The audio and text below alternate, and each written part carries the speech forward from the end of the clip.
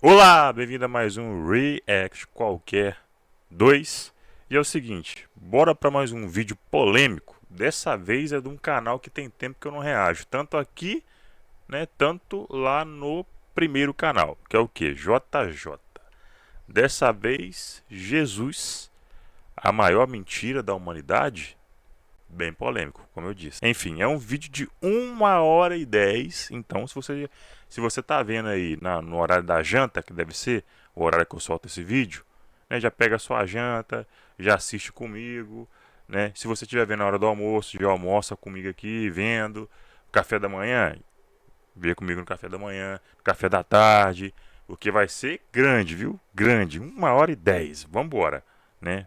Vambora, vamos ver isso aí o quanto antes. Bom, tá na tela aí Live Pix do canal, se quiser ajudar, né? A partir de R$ 1, toda renda do Live Pix vai ser para melhorar a qualidade dos vídeos aqui no canal.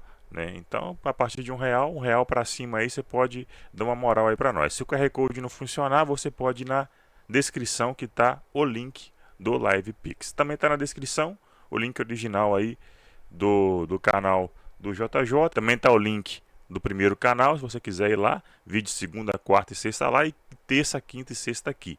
Então, para você acompanhar bem, né, vai lá, se inscreve no primeiro canal, estamos rumo a 6K lá.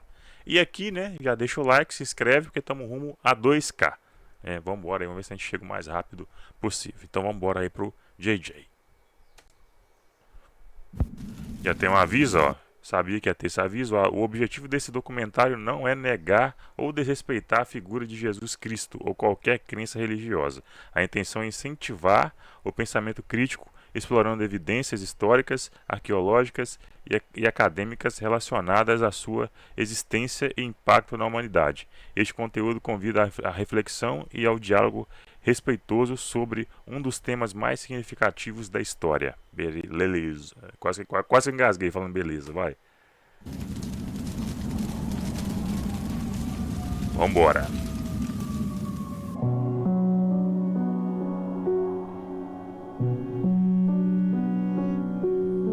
Eita, Jesus de Nazaré. Nos últimos meses, eu venho escrevendo provavelmente o maior roteiro que eu já fiz. E todos esses textos e pesquisas focam em responder uma única questão: Jesus de Nazaré realmente existiu? Eita. Desde a infância, somos expostos a ideias que moldam a nossa forma de ver o mundo.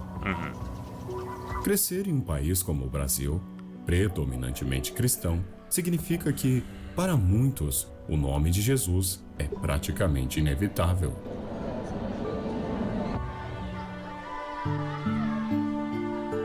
Conforme vamos crescendo, a vida nos apresenta escolhas. Para Sim. alguns, isso significa afastar-se da fé e abraçar o ceticismo. Para outros, é a reafirmação de uma crença herdada desde muito cedo. Em virtude disso, mais de 80% dos brasileiros se consideram cristãos. Mas você não precisa ir muito longe para ver que a maioria deles não entendeu a mensagem do cristianismo. Exatamente.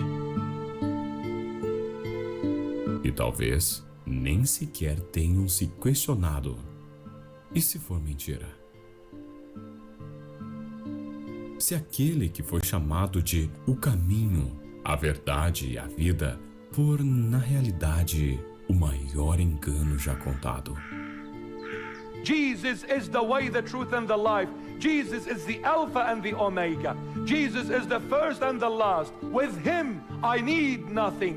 In him I have everything.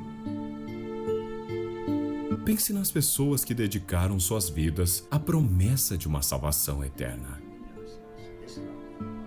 Pense nos martírios, nas guerras e nos incontáveis sacrifícios feitos em nome de uma história que, talvez, nunca tenha acontecido.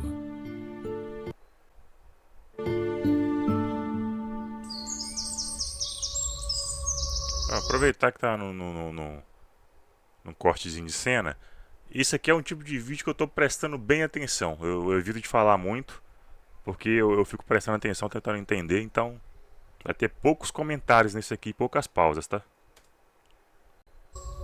Não é errado nos questionarmos sobre uma questão tão importante. Afinal, o próprio Jesus nos incentivou a buscarmos a verdade. No famoso Sermão da Montanha, ele diz: peçam e será dado a vocês. Busquem Será encontrado, e encontrarão.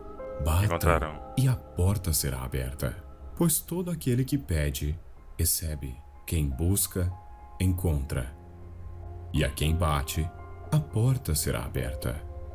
Você está batendo na porta ou simplesmente aceitou tudo porque foi ensinado desde criança? Isso não seria o mesmo que doutrinação?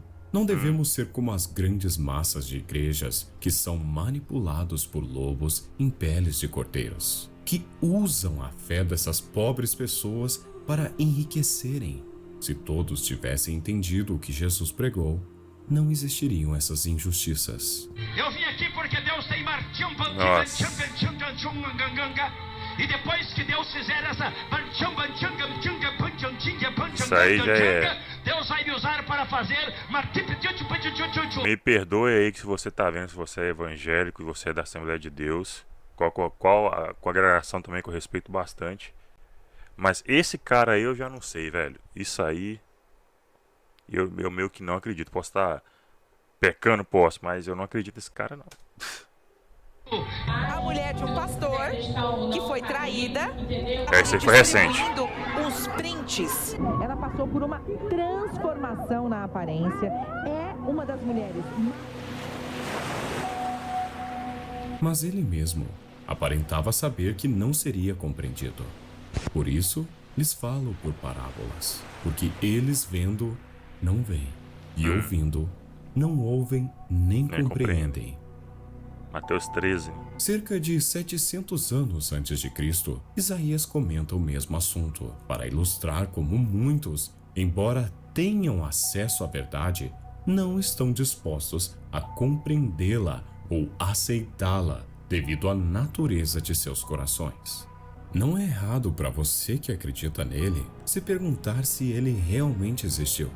Nesse vídeo, você vai finalmente descobrir a verdade sobre a história mais famosa de todos os tempos. Quais são as provas históricas e arqueológicas da existência de Jesus? Qual o verdadeiro significado do sacrifício do Messias? E é sempre um assunto também Pois que eu todos dizem, sempre quis Jesus morreu por entender, tipo, com provas, para mostrar com provas que ele mesmo existiu, entendeu? Isso aí é uma curiosidade que eu já tenho há um tempinho. nossos pecados. Mas por quê?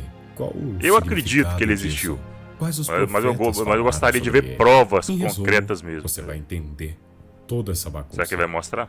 Pega a pipoca e sejam Bora. bem-vindos a mais um vídeo. Tem que parar de pausar, senão esse vídeo vai durar 2 horas.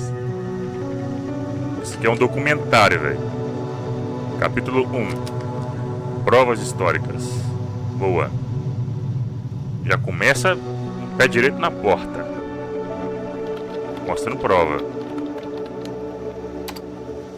Existe um consenso entre os historiadores, que para a maioria deles, a existência de um homem chamado Jesus de Nazaré, que viveu na Galileia há cerca de 2000 anos atrás, é praticamente inegável. A gente já pode dizer com certeza que Jesus Cristo histórico existiu.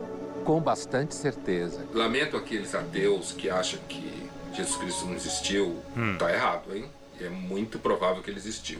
Na realidade, historicamente, ninguém tem mais dúvida disso. Agora, é evidente para mim, que não acredito nem em Deus enquanto tal, que Jesus não era Deus, nem era o Filho de Deus, nem era o Messias. E Paulo diz que esteve com o irmão de Jesus, Tiago, e que esteve com o seu apóstolo mais próximo, Pedro. Inclusive fala de disputas contra Pedro e contra Tiago, por divergências doutrinárias. Se ele estivesse inventando isso, será que ele inventaria uma história em que ele discorda das figuras que estão mais próximas ainda do que ele, que não conheceu Jesus em vida?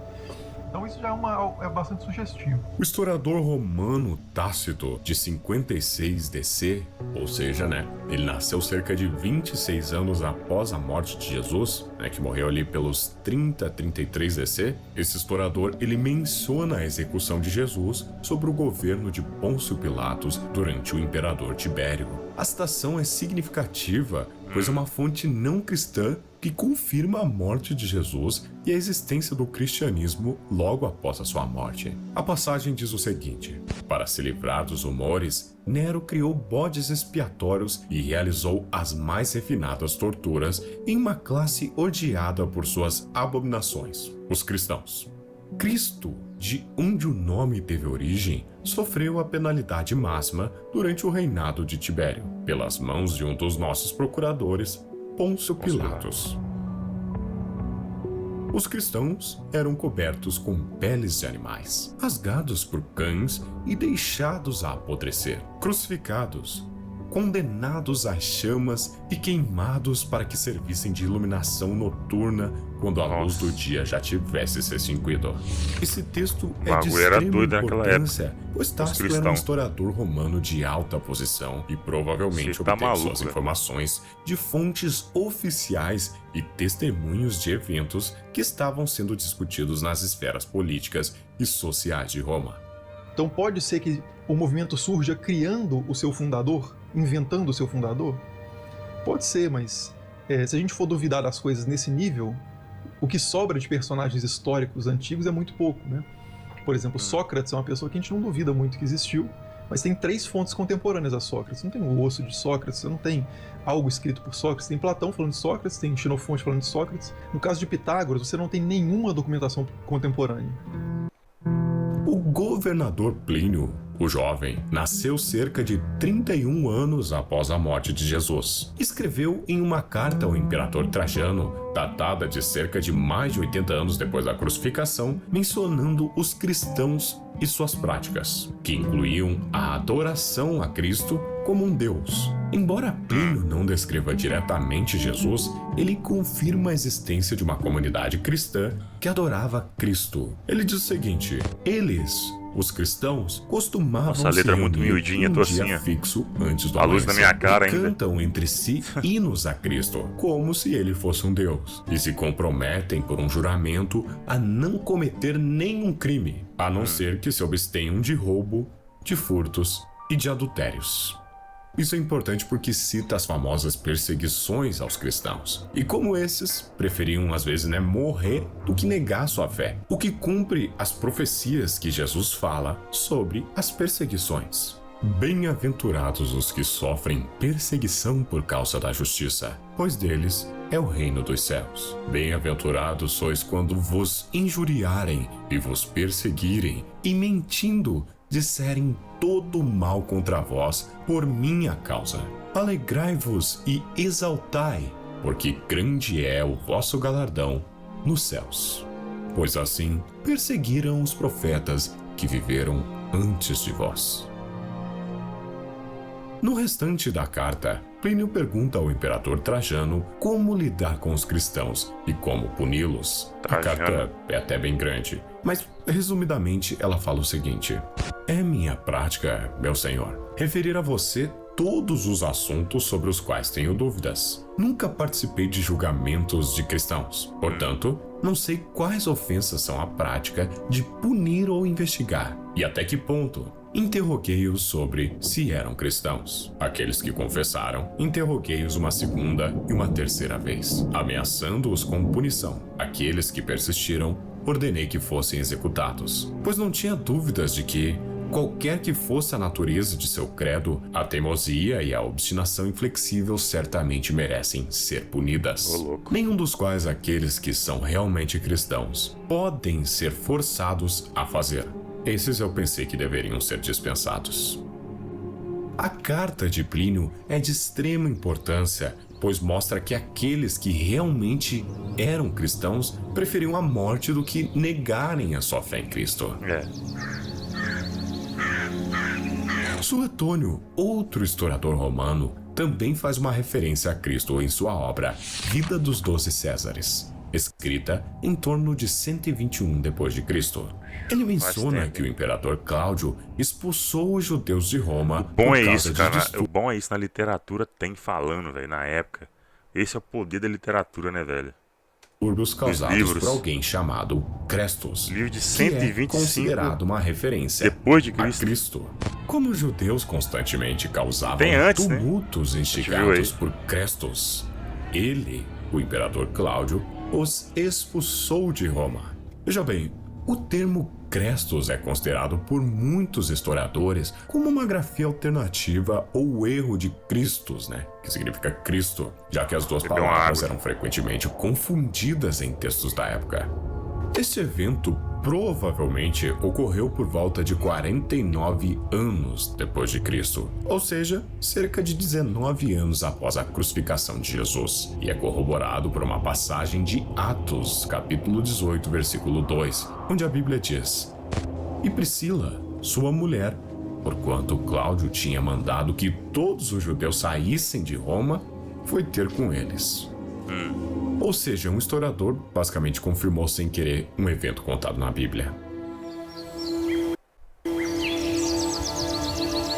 O manuscrito sírico de Marabar Serapion, escrito por volta de 70 d.C., ou seja, cerca de 39 anos após a morte de Jesus, menciona a morte de o rei dos judeus, referindo-se, obviamente a Jesus, e sugere que sua execução foi um erro que levou à queda de Jerusalém. Embora a passagem seja breve, ela é um testemunho de alguém fora da tradição cristã falando sobre a morte de Jesus e suas consequências. Que benefício os judeus receberam com a morte de seu sábio rei? O reino deles foi destruído depois disso.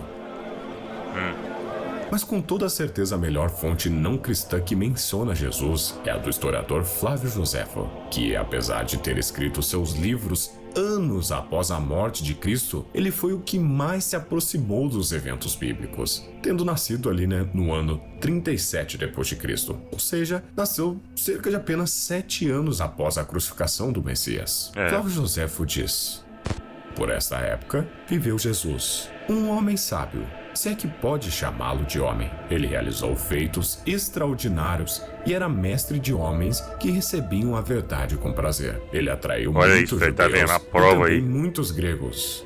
Ele era o Cristo. Quando Pilatos, sob a sugestão dos principais entre nós, condenou-o à cruz. Aqueles que o amaram desde o princípio não os abandonaram, pois ele apareceu-lhes vivo novamente no terceiro dia, como os divinos profetas haviam predito isso e 1000 outras coisas maravilhosas sobre ele.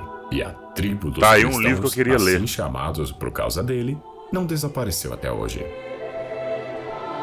Essa viagem livre assim. Essa passagem é complicada. Ela basicamente comprovaria a existência de Jesus sem sombra de dúvidas. O único problema é que a sua escrita se difere do restante de todo o livro, o que levou muitos a pensarem que essa passagem foi adulterada por escribas cristãos. Porém, existe uma versão árabe bem mais antiga, encontrada nos textos de Agápio de Hierápolis, que é considerada mais fiel ao texto original. Alguns estudiosos também reformaram esse texto sem adições cristãs, e ele ficaria mais ou menos assim: "Nesse tempo, havia um homem sábio chamado Jesus. Sua conduta era boa, e ele era conhecido por ser virtuoso. Muitas pessoas dentre os judeus mesmo nessa versão tornaram-se seus discípulos. Então, Pilatos condenou-o à crucificação mais e à uma morte. prova. Mas aqueles que se tornaram seus discípulos não abandonaram seu discipulado. Eles relataram que ele lhes apareceu 3 dias após sua crucificação e que estava vivo. Talvez fosse o Messias, sobre quem os profetas haviam contado maravilhas."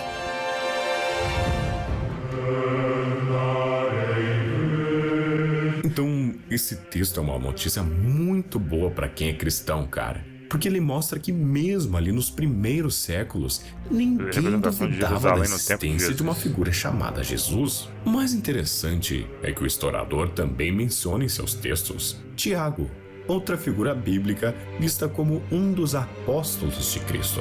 O texto diz: "Anano convocou os juízes do Sinédrio e trouxe diante deles um homem chamado Tiago, irmão de Jesus, que era chamado Cristo, e outros. Ele os acusou de terem transgredido a lei e os entregou para serem apedrejados. Esse texto é considerado autêntico pela maioria dos estudiosos, já que não contém declarações apologéticas e está em um contexto que faz sentido para a narrativa histórica de Joséfo.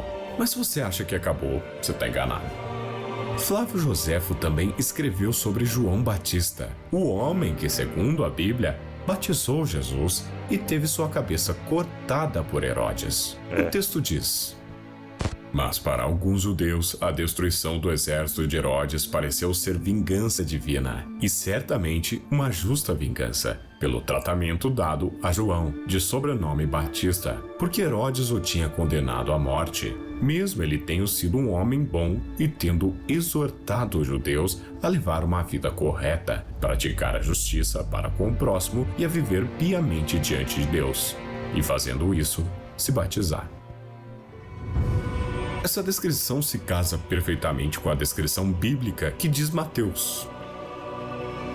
Porque Herodes, prendendo João, o manietou e lançou-o no cárcere por causa de Herodias, mulher de seu irmão Filipe, pois João lhe dizia: não te é lícito possuí-la. E, querendo matá-lo, temia o povo, porque o tinham como um profeta. Então, para ser bem sincero aqui com você, cara, ir contra a ideia de que o Jesus histórico existiu é praticamente um negacionismo, visto que grandes líderes de exércitos e pessoas importantes da época não tiveram quase nenhuma referência, enquanto historiadores falavam de, entre aspas, um simples carpinteiro. O Talmud é uma coleção de textos judaicos fundamentais composta por comentários, interpretações e discussões sobre a lei judaica, né? Torá, judeu agora. O Antigo Testamento.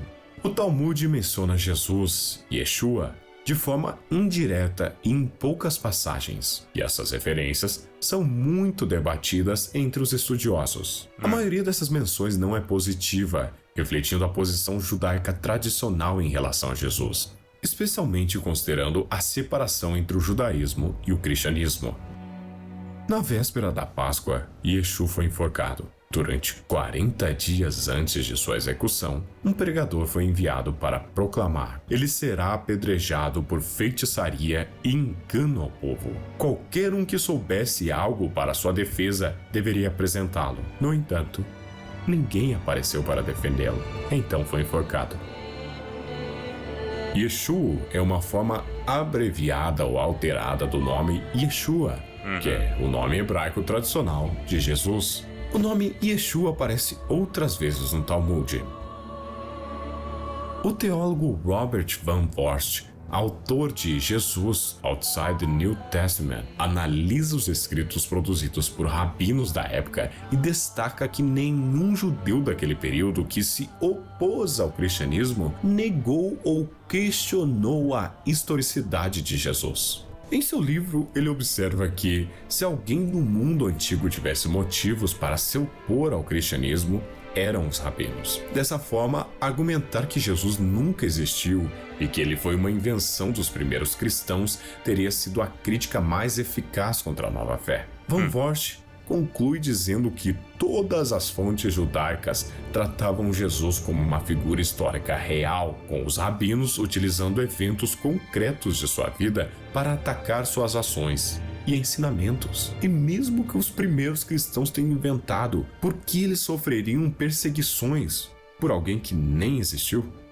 Então, apesar desses textos terem sido escritos anos após a morte de Jesus, são tradições orais judaicas que foram passadas de geração em geração. Agora que a gente já comentou sobre as provas históricas, vamos para as arqueológicas no próximo capítulo. Opa, bora! É muito bom o vídeo até aqui, viu? Sensacional.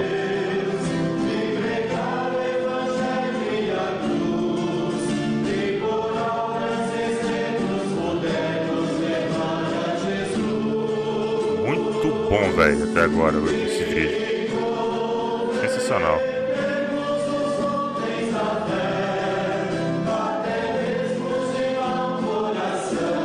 Essa Paixão de Cristo é muito bom, cara. Vai sair o 2 em breve, né? é a ressurreição de Cristo. Capítulo 2, provas arqueológicas. Eu estava faminto e me destes comida. Eu tive sede e me destes o que beber. Eu era um estranho e me recebestes bem. Eu estava nu e me vestistes. Eu era um prisioneiro e viestes me visitar. Eu estava doente. Nossa, esse filme de Jesus aí, eu lembro quando eu era criança, passava direto quando era na Sexta-feira Santa. Passava direto na televisão, na Record. Fizemos tudo isso. E a gente via, toda vez a gente via. Quem fez isso? Entre todos os meus irmãos. Fez isso por mim. Embora não existam descobertas diretas que atestem sua vida com o mesmo nível de clareza de figuras contemporâneas, há uma série de artefatos, inscrições e relatos que corroboram a narrativa bíblica e apontam para a existência de uma figura influente no cenário do século I na Palestina. A arqueologia tem se mostrado uma aliada poderosa na compreensão dos tempos de Jesus, revelando não apenas evidências tangíveis de sua existência, mas também iluminando o ambiente político, social e religioso que moldou o seu ministério. O mais interessante é que somos, de certa forma, privilegiados, pois a maioria dessas descobertas são recentes, como a prova da existência de Pôncio Pilatos, que antes era inexistente. Tibério, que é o nome do imperador da época em que Cristo foi crucificado, e embaixo, Pôncio Pilatos, prefeito da Judéia.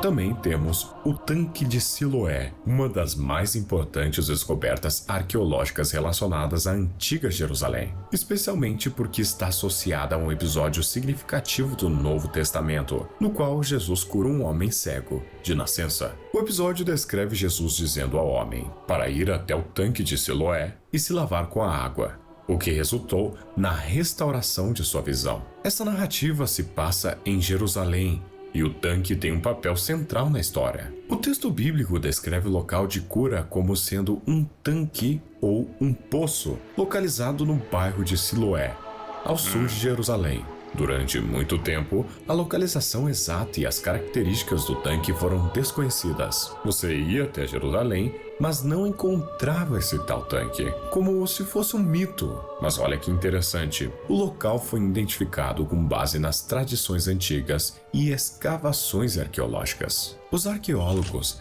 descobriram uma estrutura de pedra escavada na rocha que se mostrou ser um grande reservatório de água datado do primeiro templo e da Judai do segundo templo, no século I. Os arqueólogos encontraram inscrições antigas no local que confirmam que o tanque era de fato uma fonte de abastecimento de água e parte de um sistema hidráulico utilizado na Jerusalém antiga. Descoberta simplesmente fenomenal. Jesus esteve aqui. Você tem apenas um canto dela, mas onde eu estou sentado aqui, havia água, talvez a água fosse até esse nível, e pelos degraus as pessoas desciam e se banhavam nessa piscina aqui, ou melhor, nesse tanque. Eu estou justamente no tanque de Siloé, e de acordo com o Evangelho de João, ocorreu um milagre de Jesus relacionado a um cego, e esse lugar onde eu estou aqui, o tanque de Siloé.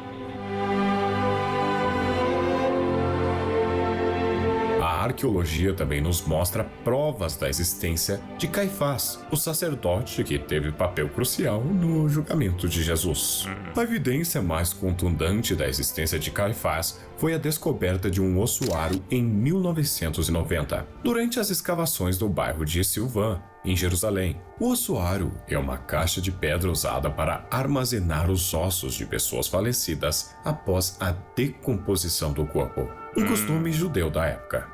Um dos trechos do Evangelho que fala sobre o sacerdote se localiza em Mateus e diz: Os que prenderam Jesus o levaram à casa de Caifás, o sumo sacerdote, onde se reuniram os escribas e os anciãos. Ora, os principais sacerdotes e todo o sinédrio procuravam um falso testemunho contra Jesus. para o matarem, mas não o encontraram, embora se apresentassem muitas falsas testemunhas. E aqui temos muito claramente escrito em aramaico o nome de Yosef bar Caifa, que significa José, filho de Caifás. E alguém pode falar, então encontraram os ossos ou a caixa de ossos do filho de Caifás? Não necessariamente, mas do próprio Caifás. Como nós sabemos disso? Porque Flávio Josefo, historiador judeu do primeiro século, portanto da época de Cristo, diz que o nome completo do sacerdote era José, filho de Caifás. José, filho de Caifás. O anel de Pôncio Pilatos é um dos achados arqueológicos mais fascinantes relacionados à figura histórica de Pôncio Pilatos. Você não Esse anel sabia. foi descoberto em 1968, durante as escavações em Cesareia Marítima, um antigo porto romano situado na costa de Israel. Acharam o anel de Pilatos contém a inscrição Pôncio Pilatos, prefeito da Judéia. Outras descobertas interessantes, porém que são debatidas e não totalmente confirmadas, são algumas como a tumba de Jesus, onde foi construída a igreja do Santo Sepulcro, a casa de Pedro em Cafarnaum e o mosaico da sinagoga de Magdala. Então eu não vou dar muito detalhe sobre estas, porque digamos que elas ainda estão em investigação nos dias de hoje. Não é algo confirmado, são especulações segundo a tradição. Mas com certeza o ossuário de Tiago é um dos achados arqueológicos mais importantes relacionados à figura histórica de Jesus e sua família. Descoberto em 2002, o ossuário contém uma inscrição que diz: Tiago, filho de José, irmão de Jesus. O ossuário é uma pequena caixa de pedra, feita de calcário, usada para armazenar ossos humanos após a decomposição do corpo. Essa prática era comum entre os judeus durante o século I, período em que Jesus e seus familiares viveram. O ossuário de Tiago apresentava uma inscrição em aramaico, que é a língua comum na época e da região, e ela foi gravada na parte superior do recipiente. Em 2003, alguns especialistas questionaram se a inscrição era genuína, levando à possibilidade de uma falsificação. Isso ocorreu principalmente devido ao estilo da escrita, que se assemelha mais a de um período posterior, além de alguns sinais de desgaste na inscrição. No entanto, outros estudiosos e peritos em paleografia, o estudo de antigas inscrições, defenderam a autenticidade da inscrição, argumentando que a inscrição é consistente com o estilo da época. Em 2004, o Museu de Israel e o Museu de Arqueologia de Jerusalém realizaram análises científicas e reafirmaram sua autenticidade. Então, querendo ou não, é uma descoberta fenomenal. Além disso, figuras como Herodes, o Grande, o rei da Judéia durante o nascimento de Jesus, é uma figura amplamente confirmada pela arqueologia. Muitos artefatos e construções associadas a ele foram descobertas, incluindo a fortaleza de Herodes em Massada e o palácio de Herodes em Jerusalém. Quando eles estavam comentando o que haviam visto aqui embaixo, e a Bíblia diz que eles estavam impressionados com o tamanho e o esplendor das pedras do templo, do santuário. Você se lembra disso? Agora vamos ver na prática o motivo, a razão da admiração dos apóstolos. Veja o tamanho desta pedra. Enorme. Grande mesmo. Não tem nenhuma que eu reparei que tá ali embaixo. Ela é inteira. Então, caramba, é grande apesar mesmo. de não terem sido encontrados artefatos que remetem diretamente a Jesus, são inegáveis os objetos que remetem àquela época. Como eu falei, negar a existência dele é uma teoria da conspiração.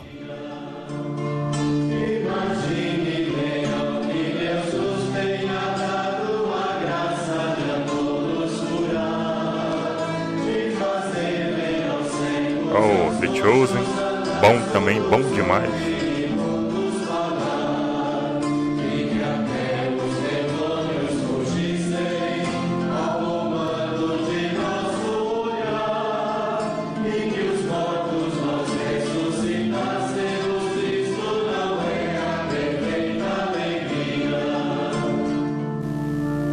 A Bíblia como um livro histórico.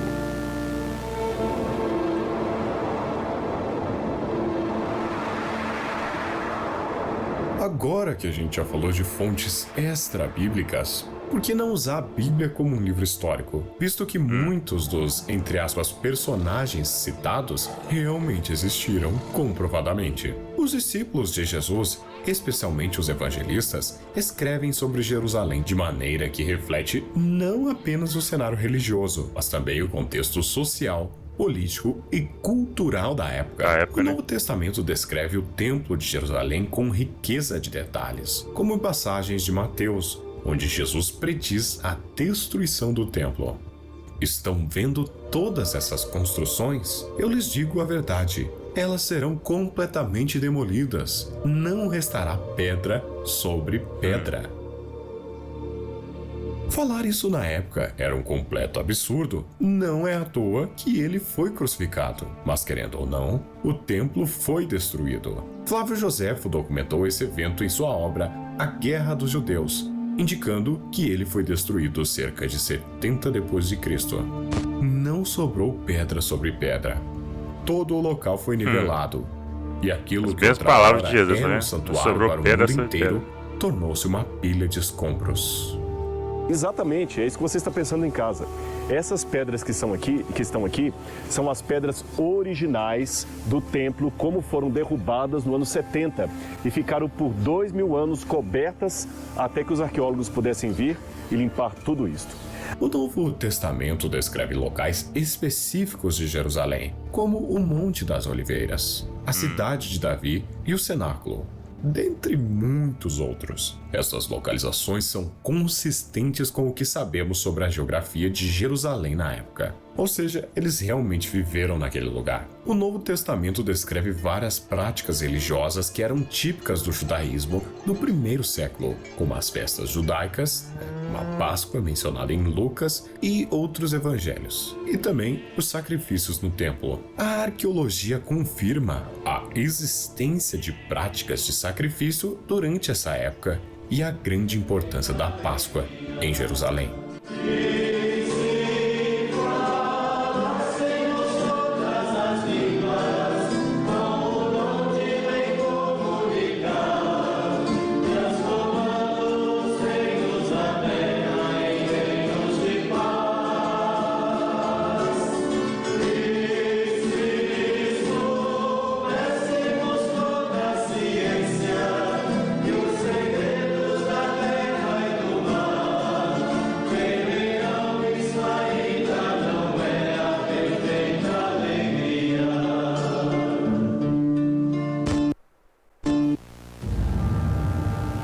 Capítulo 3. Jesus era o Messias?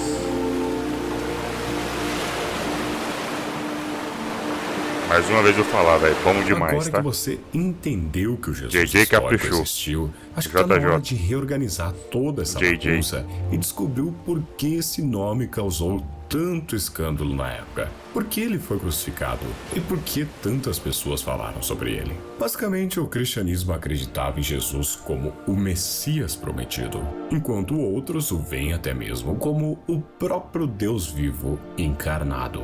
E daria um vídeo só disso, porque é uma discussão bem longa, né? Se você lê a Bíblia em grego, dá a entender alguma coisa. Aí quando você vê as traduções mais recentes, dá a entender outra, né? No islamismo, Jesus, chamado de Isa, é considerado um dos maiores profetas de Deus, mas não divino. No judaísmo, Jesus é geralmente visto como um judeu histórico, mas não como o Messias prometido nas escrituras hebraicas. Os judeus acreditam que o verdadeiro Messias ainda não veio. Eles esperam um líder humano que restaurará Israel, trará paz mundial e cumprirá as profecias. Mas quais são essas? Por que Jesus não as cumpriu? Quem falou sobre esse Salvador e por que ele deveria vir? Para isso, temos que voltar ao Antigo Testamento, onde os eventos ocorreram há mais de 1500 anos antes de Cristo. Eita! É importante lembrar que o nome Jesus não aparece em nenhum momento no Antigo Testamento.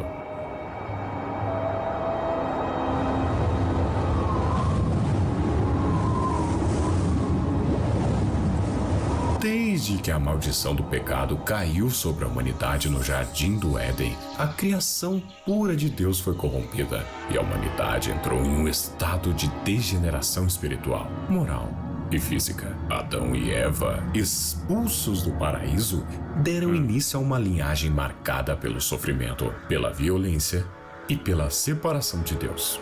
O primeiro assassinato, cometido por Caim contra Abel, simboliza como o pecado não apenas afetou os indivíduos, mas começou a moldar sociedades inteiras. O mundo se tornou tão cheio de maldade que Deus decidiu purificá-lo com o dilúvio, poupando apenas Noé e sua família, que representavam uma nova oportunidade de recomeço.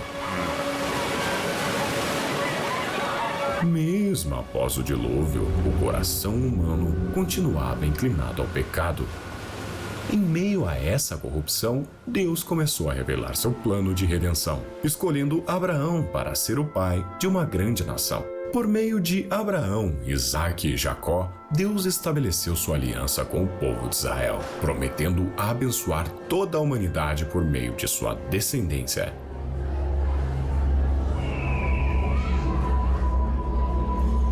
Apesar disso, os descendentes de Abraão continuaram a lutar contra a própria fraqueza e o pecado. No Egito, tornaram-se escravos, mas Deus, fiel à sua promessa, os libertou por meio de Moisés. A lei dada no Sinai estabeleceu os padrões de santidade e justiça, mas também expôs a incapacidade humana de obedecer plenamente a Deus.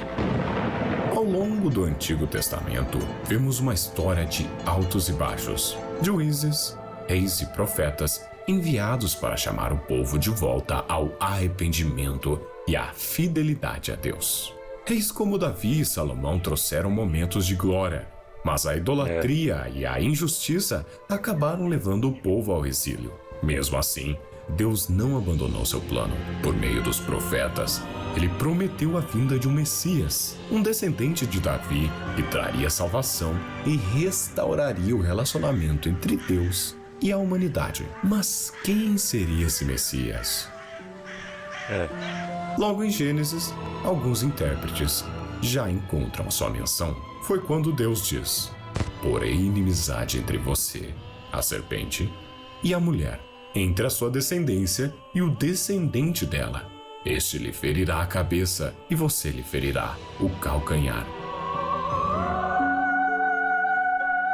Veja bem, a expressão descendência da mulher é incomum, pois nas genealogias bíblicas os descendentes são associados ao homem.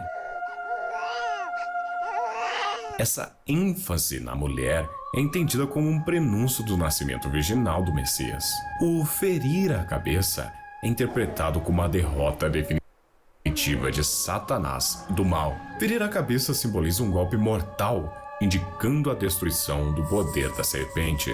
O ferir o calcanhar refere-se ao sofrimento temporário que o descendente da mulher, o Messias, enfrentaria.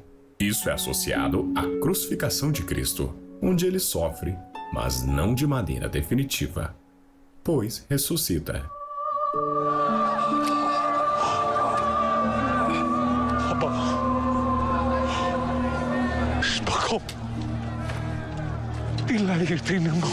A paixão de Cristo, ele mudou a imagem por causa do direito autoral.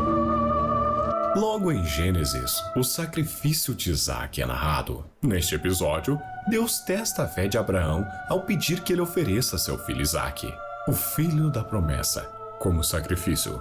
Deus ordena a Abraão: tome o seu filho, seu único filho Isaque, a quem você ama, e vá à terra de Moriá. Sacrifique-o ali, como holocausto, em um dos montes que lhe indicarei. Abraão, obediente, segue a ordem.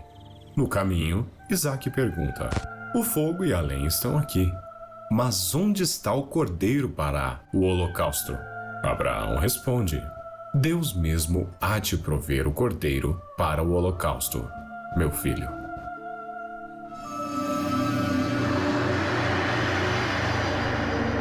Então, no último momento, quando Abraão está prestes a sacrificar Isaque, Deus intervém.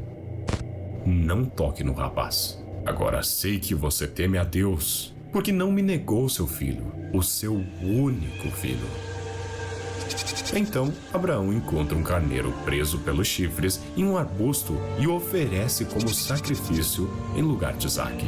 Isaque era o filho prometido a Abraão e Sara, nascido milagrosamente quando eles já estavam em idade avançada. De forma semelhante, Jesus é o filho prometido de Deus, concebido milagrosamente pelo Espírito Santo no ventre de Maria. Ambos são figuras de obediência e esperança, essenciais para o cumprimento do plano divino. Quando Abraão diz que Deus proverá o cordeiro, ele antecipa a provisão divina que se cumprirá plenamente em Jesus. Enquanto Isaque foi poupado e um carneiro tomou seu lugar, Jesus é o verdadeiro Cordeiro de Deus, que veio para morrer em nosso lugar, carregando os pecados da humanidade. Como João Batista proclama: "Eis o Cordeiro de Deus, que tira o pecado do mundo."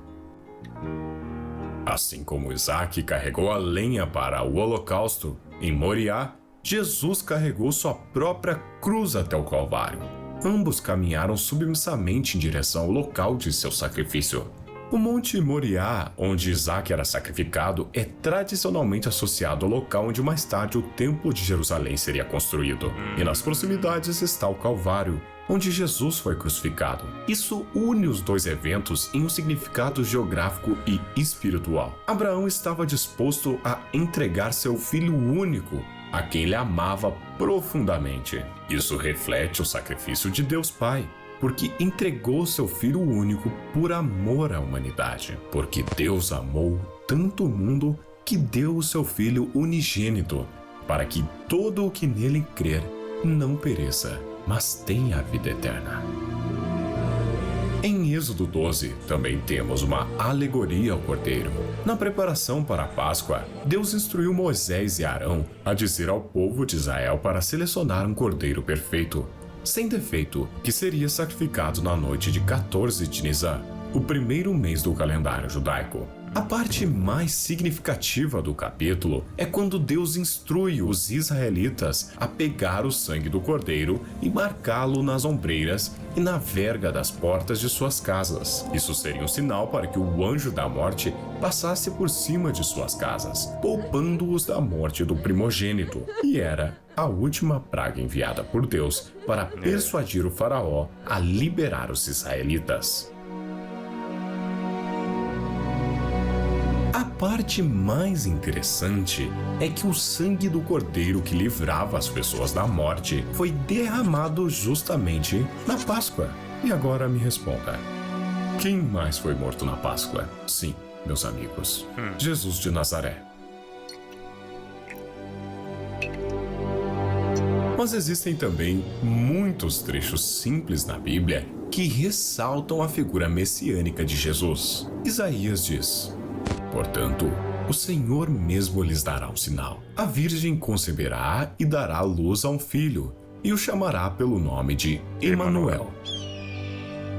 O verso é refletido anos depois por Mateus, onde ele diz: "Tudo isso aconteceu para que se cumprisse o que foi dito pelo profeta. A Virgem ficará grávida e dará luz a um filho, e ele será chamado pelo nome de Emanuel, que significa Deus conosco."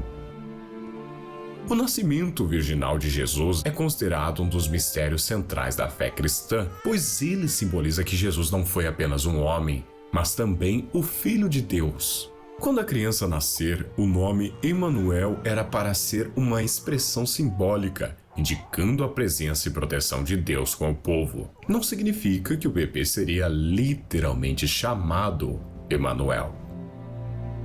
Isaías, capítulo 9, versículos 6 ao 7, também faz outra menção que é atribuída ao Messias. "Porque um menino nos nasceu, um filho nos foi dado, e o governo estará sobre os seus ombros. E o seu nome será Maravilhoso Conselheiro, Deus Forte, Pai da Eternidade, Príncipe da Paz. Do aumento do seu governo e da paz não haverá fim, sobre o trono de Davi e sobre o seu reino, para estabelecer e o firmar com juízo e justiça, desde agora e para sempre. O zelo do Senhor dos Exércitos fará isso." Então muitos interpretaram que o Messias seria um líder de um exército, um líder político revolucionário que seria realmente rei e livraria, Israel do Império Romano e do contexto da época. Porém, vocês sabem, Jesus acabou morrendo, não cumpriu isso. Mas como um líder humano governaria para sempre, como diz Isaías, seria praticamente impossível. Por isso Jesus diz a Pilatos que era rei, mas não deste mundo.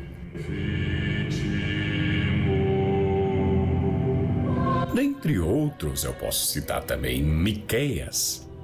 Mas tu, Belém, Efrata, embora pequena entre os clãs de Judá, de ti virá para mim aquele que será governante sobre Israel, cujas origens são desde os tempos antigos. Ou seja, na pequena cidade de Belém, nasceu o grande homem Jesus. Zacarias diz: Tudo bate, né, velho? Alegre-se muito, cidade de Sião, exulte, Jerusalém. Eis que o seu rei vem a você, justo e vitorioso, humilde e montado num jumento, num jumentinho, cria de jumenta.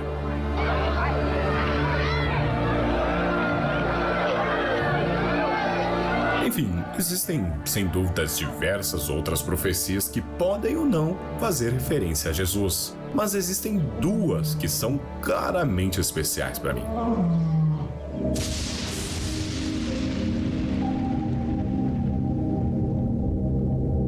A primeira delas é a de Isaías 53, a qual descreve perfeitamente a crucificação de Jesus e também faz referência ao Cordeiro.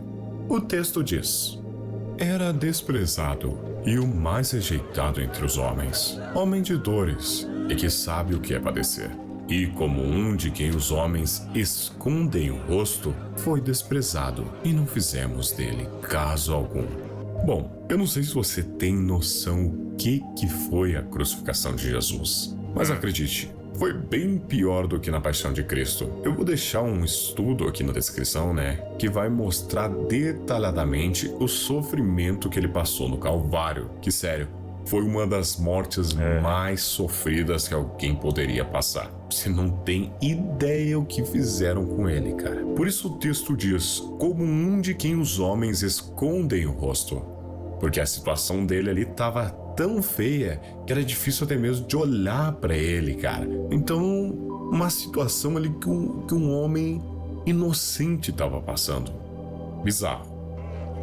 Verdadeiramente, ele tomou sobre si nossas enfermidades e as nossas dores levou sobre si, e nós o repudiávamos por aflito, ferido de Deus e oprimido.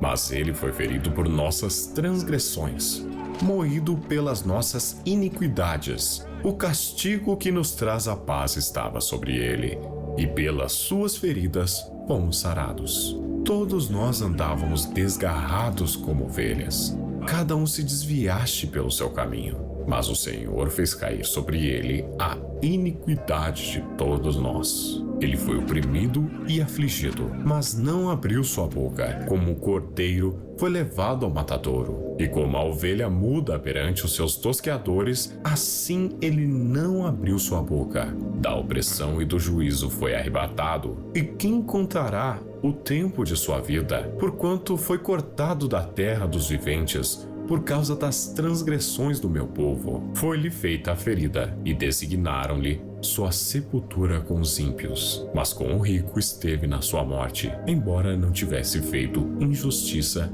nem houve engano nenhum de sua boca. Nem preciso falar, cara? Isso é claramente uma referência a Cristo, escrita há mais de 700 anos antes de seu nascimento. Simplesmente incrível. Pois é. Se analisarmos passo a passo da crucificação de Jesus, temos o exato momento onde ele grita: Deus meu, por que me desamparaste? Depois eu explico com clareza o motivo pelo qual ele bradou essa frase. Mas antes devo dizer que essa já estava escrita no Antigo Testamento. O Salmo 22 começa com um grito de angústia e termina com uma declaração de confiança na redenção, tornando-se um poderoso elo entre o sofrimento e a esperança. Deus meu, Salmos, por que me desamparaste? Por que estás tão longe de me socorrer? E das palavras do meu bramido, Deus meu, clamo de dia, mas tu não me ouves, de noite, e não sou calado. O salmo começa com um grito angustiante, escrito por Davi, que se sente abandonado por Deus. Este versículo é notavelmente semelhante ao que Jesus disse na cruz, quando proferiu a famosa frase: Deus meu, por que me desamparaste? Esse grito reflete a sensação de total desamparo, rejeição e sofrimento intenso. Sentimentos que são experimentados por Jesus durante sua crucificação. O restante do salmo incrivelmente descreve exatamente tudo o que Jesus passou durante sua crucificação. Mas eu sou verme, e não homem, o pobre dos homens e desprezado do povo.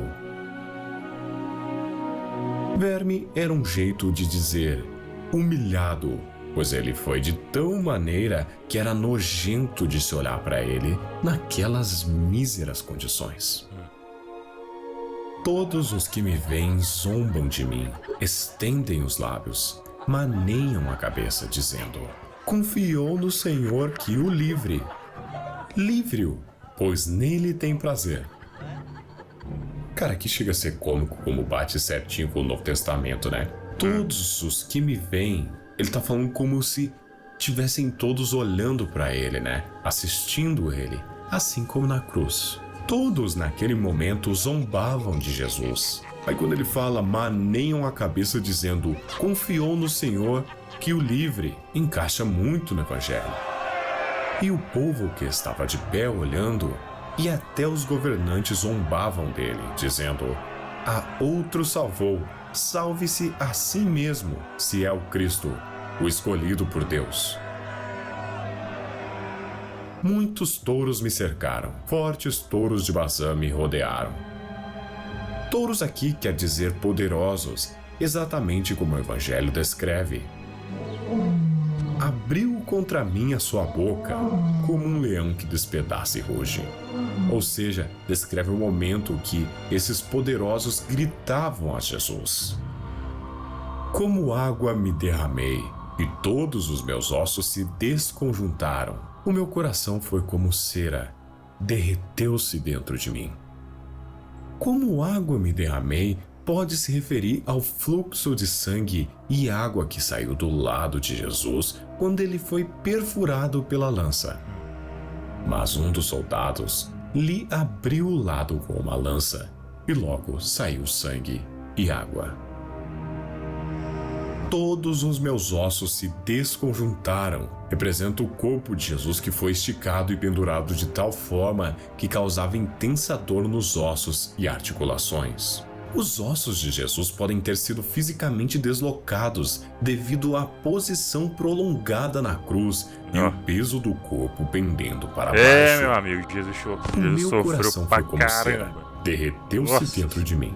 A dor intensa, a perda de sangue, a desidratação e a dificuldade de respirar causada pela posição da crucificação poderiam ter sobrecarregado o coração, resultando em uma condição conhecida como distorção do coração, ou até mesmo um ataque cardíaco, muito comum em crucificações.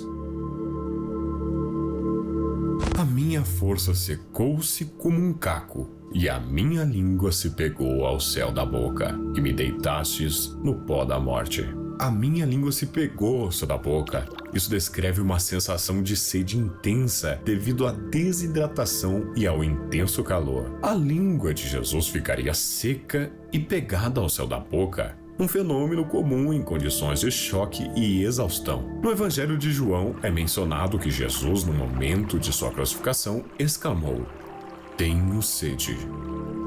Pois cães me cercam, o ajuntamento dos malfeitores me rodeou, transpassaram-me as mãos e os pés. Aqui Davi não estava falando de uma crucificação, eu simplesmente não sei mais do que ele estava. Transpassaram-me é o mesmo que perfurar, remetendo aos pregos das mãos de Cristo. Varal furado de lado a Posso lado. contar todos os meus ossos. Eles olham e me contemplam. Como o corpo de Jesus estava esticado, as pessoas que estavam olhando para ele conseguiam ver suas costelas e logo contar os seus ossos. Repartem entre si as minhas vestes e lançam sortes sobre a minha túnica.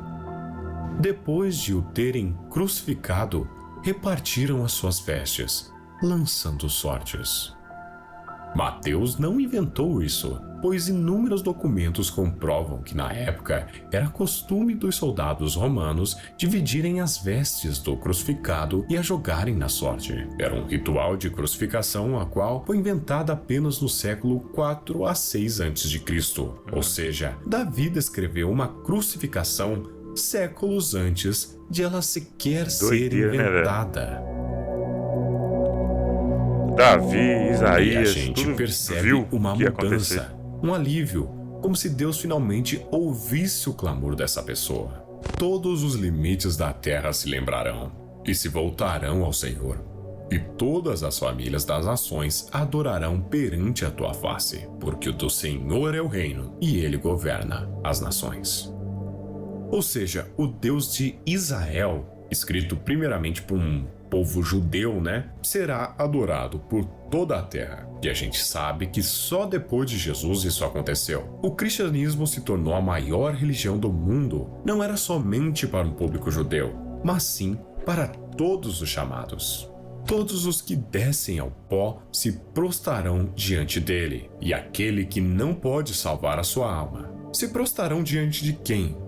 Óbvio, de Jesus, para que ao nome de Jesus se dobre todo o joelho, nos céus, na terra e debaixo da terra, e toda a língua confesse que Jesus Cristo é o Senhor, para a glória de Deus Pai. A posteridade o servirá, falar-se-á do Senhor a geração vindoura, e anunciarão a sua justiça ao povo que há de nascer, porquanto ele o fez. Isso se cumpriu perfeitamente em nós. 2025 anos após seu nascimento, Jesus continua sendo a pessoa mais influente e famosa do mundo. E toda a terra fala dele.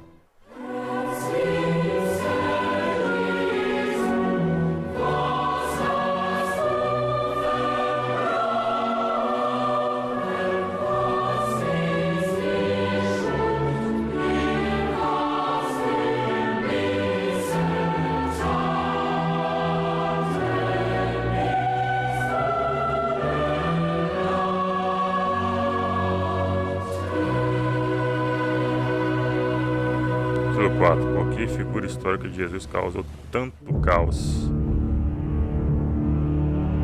Agora que já entendemos as profecias, vamos conhecer um pouco mais sobre Jesus de Nazaré e o significado do seu sacrifício. Para isso devemos voltar à sua época, no ano zero. Ano zero.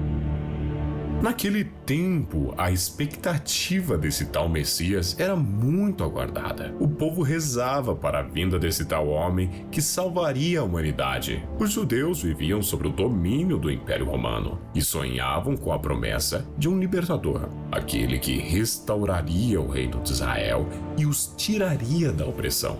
Esse líder político revolucionário não tardaria e, pelo visto, estava chegando.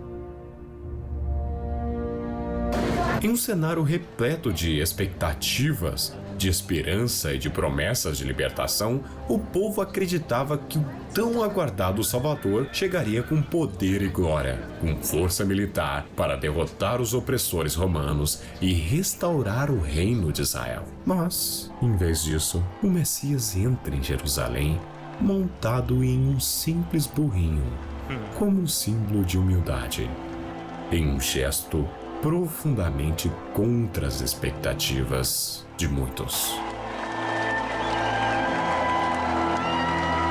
A cena aconteceu em um domingo, quando Jesus se aproximou da cidade, cumprindo as antigas profecias. O povo, ao vê-lo, foi tomado por uma alegria contagiante e o famoso aclamou Domingo com de Ramos. ramos de palmeira, gritando: Hosana ao filho de Davi!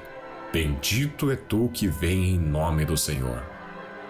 Eles acreditavam que aquele homem que realizará milagres e curas e que falava sobre o reino de Deus fosse finalmente o grande líder que os libertaria da opressão romana. Mas logo, a realidade começaria a ser bem diferente. Jerusalém, a cidade da fé, que era repleta de justiça, agora é uma meretriz! Vocês não sabem! Vocês não ouviram!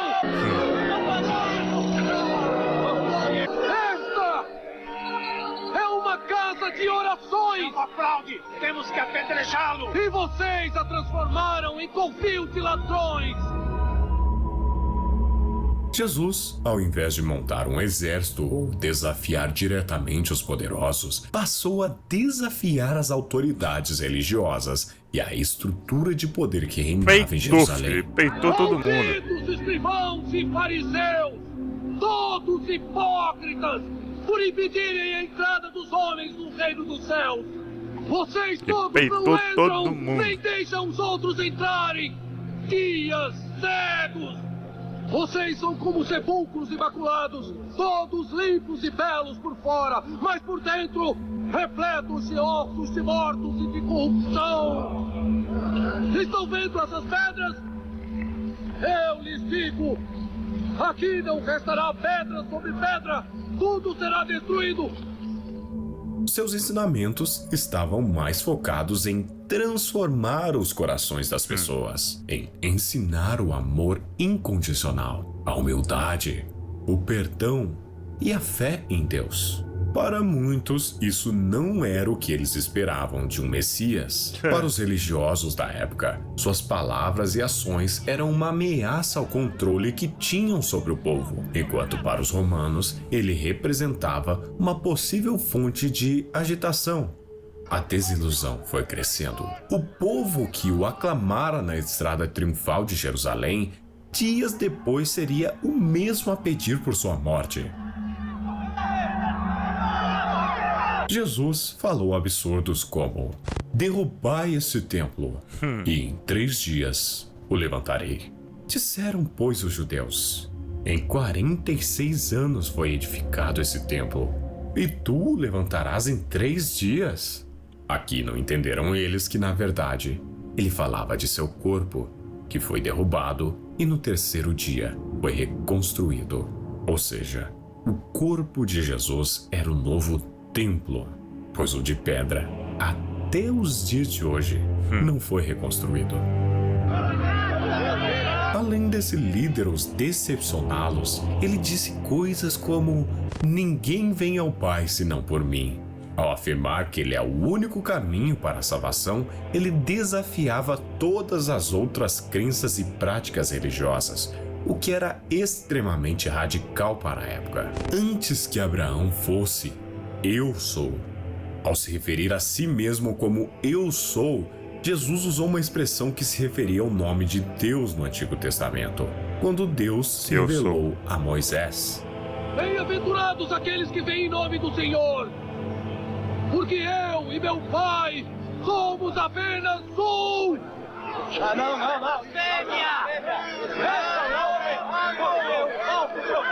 Ao afirmar sua unidade com Deus, Jesus provocou indignação, especialmente entre os judeus que viam isso como uma afirmação de igualdade com Deus, o que era considerado blasfêmia.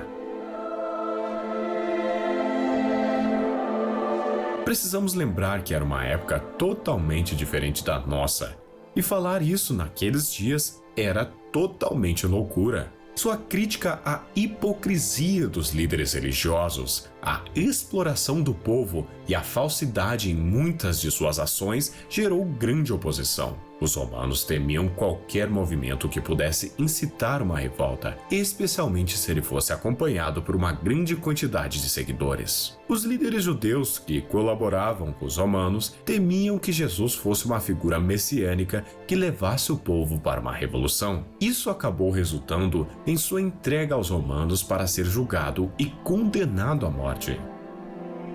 Na quinta-feira daquela semana, durante a celebração da Páscoa, Jesus compartilhou sua última refeição com seus discípulos e, ao ser traído por um deles, Judas, foi preso pelas autoridades romanas. Mesmo sendo inocente, ele foi condenado à morte. E o que deveria ser um momento de glorificação e vitória se transformou em um pesadelo. O homem que havia trazido esperança, cura e ensinamentos profundos estava sendo julgado, humilhado e, finalmente, crucificado.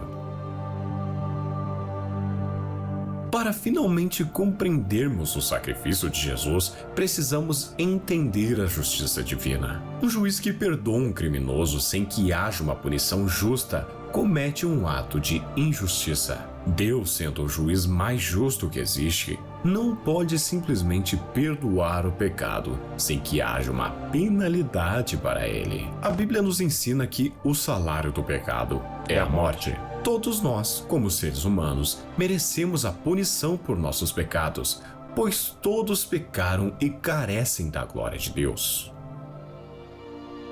Deus simplesmente não pode esquecer isso, senão ele seria um juiz injusto, ou seja, ele tem que punir para ser justo. A Bíblia diz que toda transgressão merece justo castigo, ou seja, pelo caráter do Criador, ele deveria extinguir toda a raça humana para cumprir a sua justiça. Mas ele amou o mundo de tal maneira que enviou o seu próprio Filho unigênito, para que ele sofra o que você merecia.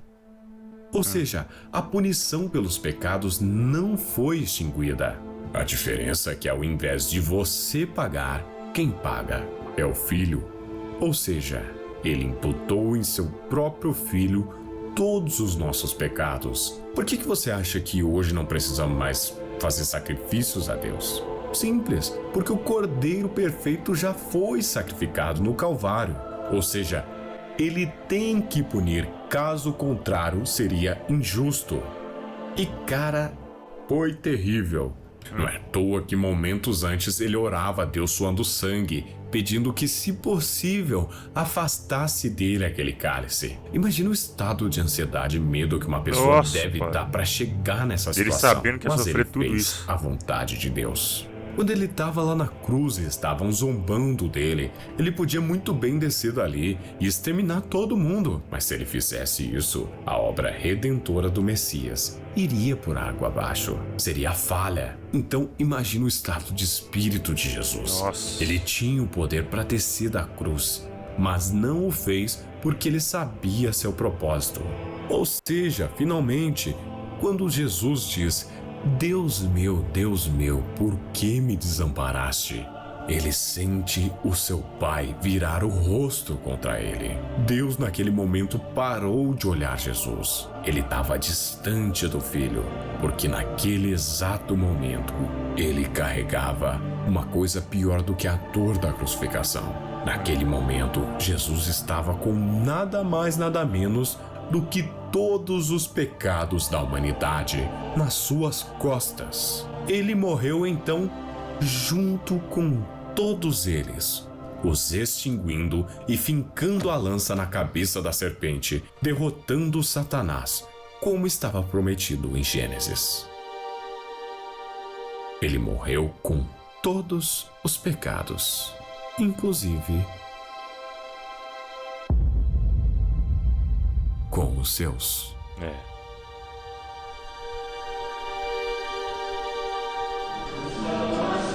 Sensacional, cara. Que documentário. Ah, não vou xingar, velho. É de Cristo, sobre Cristo. Mas é muito bom, cara. Muito bom. Olha só, que carne, velho. Do carnaval. Depois disso aí foi o Covid, né? Coincidência?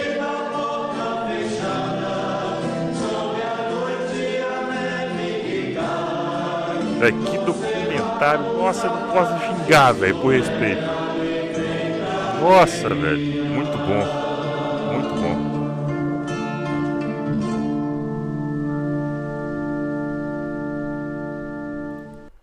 Tem que olhar aqui bem de perto para ler. Ainda que não exista céu e a Bíblia se torne inútil, viver em santidade se torne loucura. Foi um prazer ser cristão. Billy Graham. Cara, sem brincadeira nenhuma, até agora, esse exato momento, é o melhor vídeo que eu já vi em 2025. Velho, top. Que documentário top do JJ. Pra mim, o melhor vídeo que ele já fez na história dele no YouTube, velho. Muito bom. Mas muito bom mesmo, cara. Sensacional. Valeu a pena. Sensacional, cara. Sensacional. Esse vai ser o que eu vou botar na capa. Sensacional. Sensacional, velho. Muito bom. Tá aí na descrição o link pra você ver tudo na íntegra direitinho, se você quiser ver de novo. Eu com certeza, pode ser que eu veja de novo. Velho, muito bom, velho. Que eu vou pegar algumas referências, alguns livros, vou ver se eu acho. Porque eu gosto de livro antigo, assim. Livro antigão, né? Que ele mostrou ali. Velho, velho, sensacional, cara. Sensacional. Essa é a palavra que eu tenho pra falar sobre esse vídeo. Sensacional. Valeu muito a pena. Como eu disse, o link tá aí na descrição. Tá na tela Live Pix GG pra você ajudar aí o canal, né, a melhorar a qualidade de vídeo e tudo mais. Se você não conseguir escanear, o link tá na descrição. Pode deixar aí também nos comentários vídeos tipo esse aqui, ó, que é interessante, que é grande. Comenta aí que eu vou reagir com certeza. Deixou o like, rapaz, se inscreveu. Um vídeo desse tamanho, né? Teve esse tempo tudo pra deixar o like, se inscrever e não fez? Pô, faz agora. Tamo rumo a 2K, ajuda nós a bater essa meta aí o quanto antes. Tá na descrição também o primeiro canal, tá? Vai lá, a gente reage vídeo segunda, quarta e sexta lá, e terça, quinta e sábado aqui. Beleza? É isso, vou ficando por aqui. Até o próximo react. Valeu. Tchau.